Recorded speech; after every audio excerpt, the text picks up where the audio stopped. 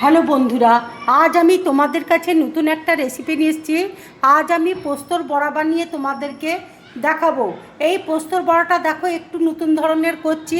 আর এই বড়া তৈরি করতে কি কি লাগছে তোমাদেরকে দেখো দেখিয়ে দিচ্ছি।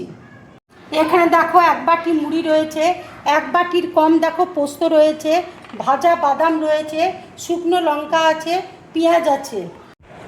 এবার দেখো মিক্সির মধ্যে আমি মুড়িটা গুঁড়ো করে নিচ্ছি। মুড়িটা দেখো গুঁড়ো করে নিয়েছি। এবার একটা বাটির মধ্যে আমি ঢেলে রাখছি। এবার দেখো পোস্তটা আমি মিক্সিতে শুকনো একটু গুঁড়ো করে নিচ্ছি। লঙ্কাটাও দেখো দিয়ে দিচ্ছি। এবার দেখো অল্প করে জল দিয়ে আমি পেস্ট করে নেব। পোস্তটা দেখো মিক্সিতে আমি পেস্ট করে নিয়েছি। এবার দেখো বাদামটা আমি মিক্সিতে গুঁড়ো করে নেব। বাদামটা দেখো গুঁড়ো হয়ে গেছে। এবার পোস্তর মধ্যে দেখো আমি ঢেলে দিচ্ছি। এবার দেখো কাঁচা লঙ্কা কুচি দিয়ে দিচ্ছি, পেঁয়াজ কুচি দেখো দিয়ে দিচ্ছি, আন্দাজ মতো দেখো নুন দিয়ে দিচ্ছি, গুঁড়ো দেখো অল্প করে দিয়ে দিচ্ছি। এবার দেখো সব একসাথে আমি মেখে নিচ্ছি। এইরকম বড়া বানিয়ে তোমরা গরম ভাতের সাথে খাবে, খুব ভালো লাগবে খেতে। বড়াগুলো দেখো এই শেপের আমি তৈরি করে নিচ্ছি।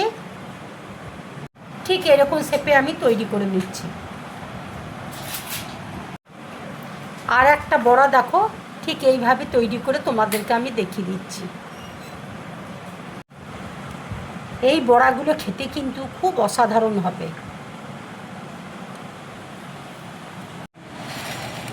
বড়াগুলো দেখো সব রেডি হয়ে গেছে। বড়াগুলো দেখো এবার আমি শ্যালো ফ্রাই করে নেব। এই বড়াগুলো দেখো আমি সরষের তেলে ভাজবো। ফ্রাই প্যানে দেখো তেল দিয়েছি। এবার আমি বড়াগুলো এক এক করে ভেজে নেব।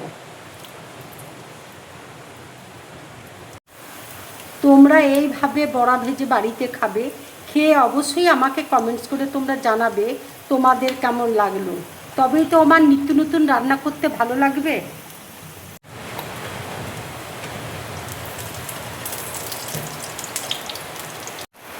মিডিয়াম টু লো ফ্লেমে দেখো আমি ভাজছি, তাহলে ভেতরে কিন্তু কাঁচা থাকবে না। বড়াটা দেখো ভাজা হয়ে গেছে।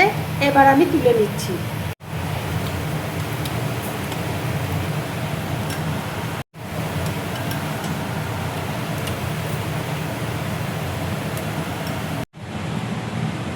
বড়া দেখো আমার পুরোপুরি কমপ্লিট। তোমরা এইভাবে বড়া বানিয়ে বাড়িতে খাবে, খেয়ে অবশ্যই আমাকে কমেন্টস করে তোমরা জানাবে তোমাদের কেমন লাগলো। যদি আমার এই রেসিপিটা তোমাদের ভালো লাগে তাহলে লাইক করবে, শেয়ার করবে, আর ড্রিম ব্লগ চ্যানেলটাকে সাবস্ক্রাইব করবে। তোমরা বেশি করে কমেন্টস করবে, তাহলে আমার খুব ভালো লাগবে। নমস্কার।